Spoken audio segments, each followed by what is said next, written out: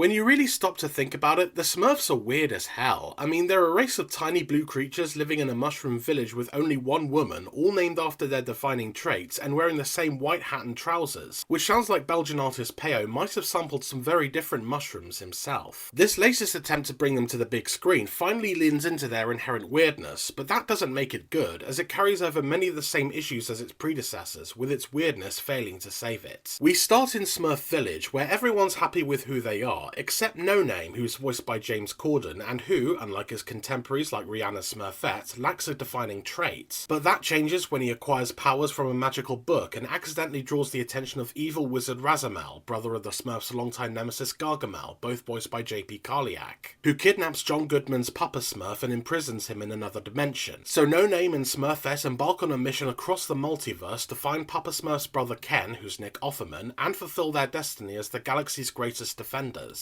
It might sound like a dense, lore-heavy plot, but that quickly takes a back seat to utter chaos, as the film initially tries to replicate the Trolls formula with an opening song and dance number, introducing characters in musical fashion. Oh yeah, it's a musical by the way. But then it turns into a multiverse-hopping mess that's harder to follow than Everything Everywhere All at Once, before diving into deep Smurfs lore that turns it into a Marvel movie, with characters even having the same powers as Doctor Strange. The movie is stuffed with ideas but can't commit to one, making it the most ambitious yet most unfocused Smurf movie yet, as the script is overloaded with weak puns, modern references and recycled Smurf wordplay, while character development is thin, especially ironic given it's about a Smurf struggling to find his identity, as A-list voice actors like Sandra Oh, Octavia Spencer and Kurt Russell are squandered in minor roles. In between are generic musical numbers that feel like excuses to hype up Rihanna, who's also a producer on the film, and her presence is distracting, especially since she's oddly miscast as Smurfette, with her vocal delivery not matching the animation or script, like if you cast Britney Spears to voice Velma from Scooby-Doo. Visually it's quite impressive, closely mimicking Peyo's original illustrations with sketch-like textures, and it does look distinct from previous entries, even when mixing with live action. But the weirdness often feels like a gimmick rather than a storytelling tool, in a two-star film that's neither fun enough to entertain nor bold enough to truly fascinate, which for such iconic characters is a shame they still haven't starred in a film that sees them as more than marketable oddities, and that, frankly, is a whole lot of Smurf.